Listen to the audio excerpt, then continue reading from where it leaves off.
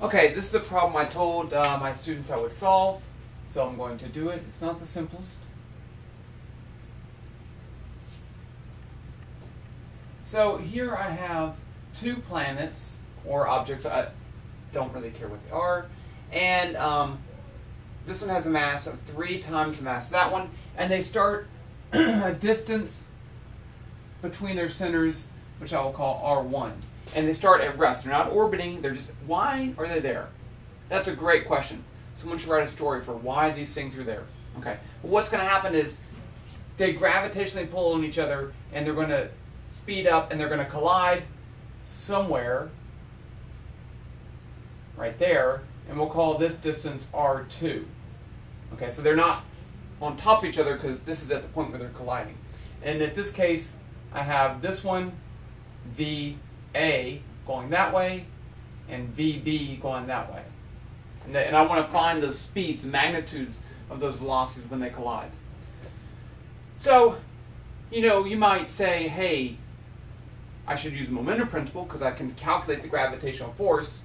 The gravitational force on object B would just be G MA MB over, at the beginning it's going to be R1 squared, and it's going to be negative x hat, if you want to call that the x direction.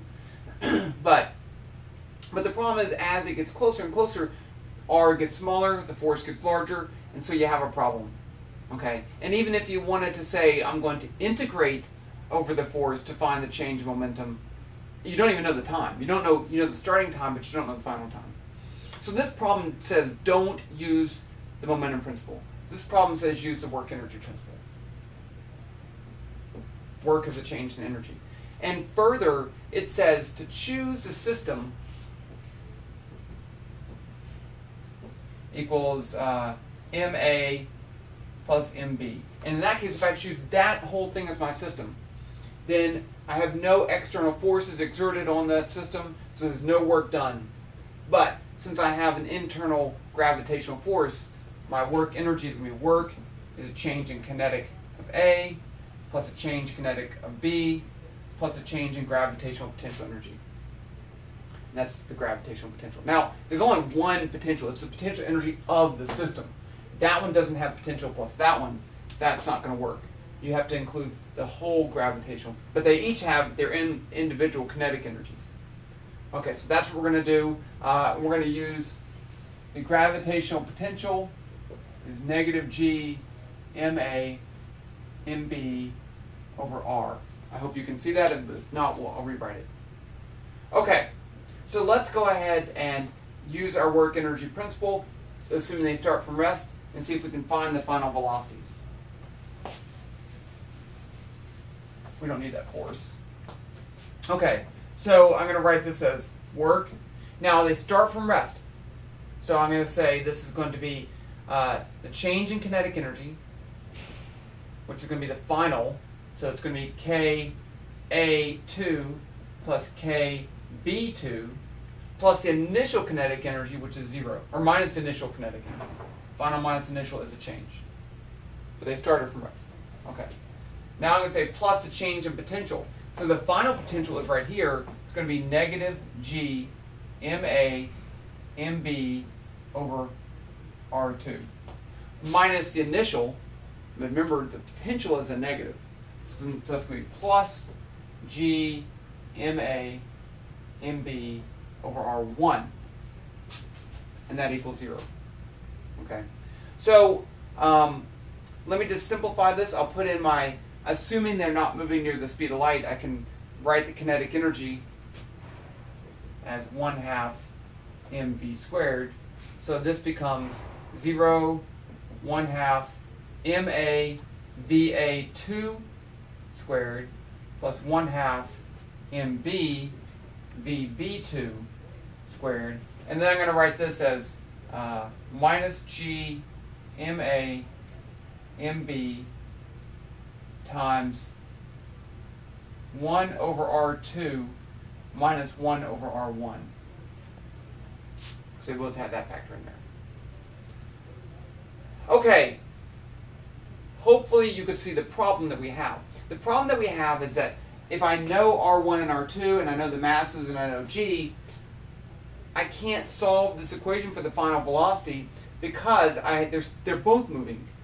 So I don't know how fast they're going. If they had the same mass, I could say, well, these two have the same velocity, and I could solve for it. If this was the Earth and an astronaut, I could say, well, I'm going to assume the Earth final velocity is essentially 0, and I can solve for it. But in a case like this, I can't. I can't solve for it. Okay, so let's look up here and see how we could find that. This is the force that B exerts on A, and this is the force that A exerts on B. They have the same magnitude but opposite directions. So if I write this equation, FA on B is going to be equal to change in momentum of B over the change in time. That's the momentum principle. But since this has the same magnitude, except the opposite direction, then this will also be equal to negative change in A momentum over change in time. Because it's the same force, so it have to have in the opposite direction, have the opposite change in momentum.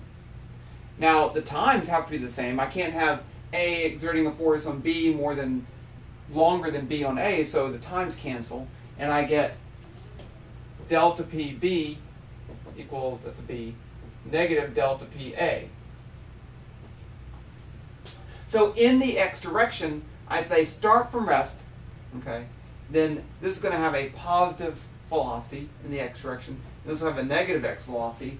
So I get MA VA, I call that 2. Did I call it 2? Yeah, VA2 equals MB VB2. Okay, that one is going in the negative direction. So there's a negative sign twice. So, but now I have a relationship between VA and VB, and I can say, and in fact, I know these masses.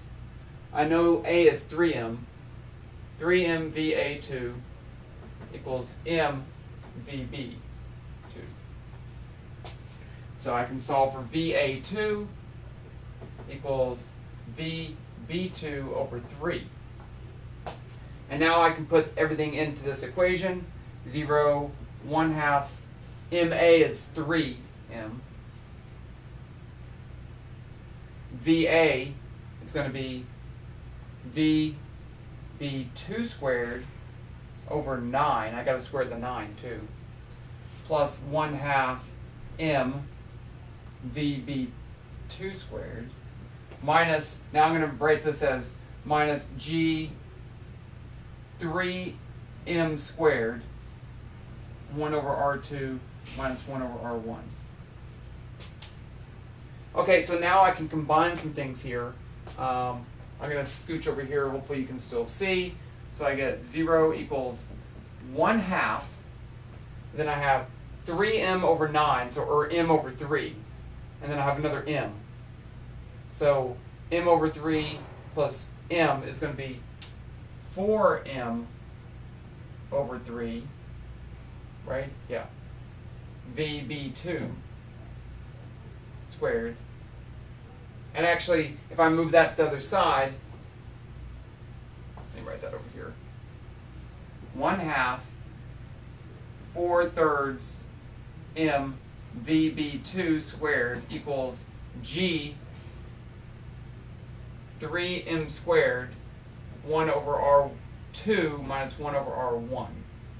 Okay, I'm going to stop right there because I ran out of room. But you can see now I could divide that by m, cancel with that. I could get rid of this. This is 2/3.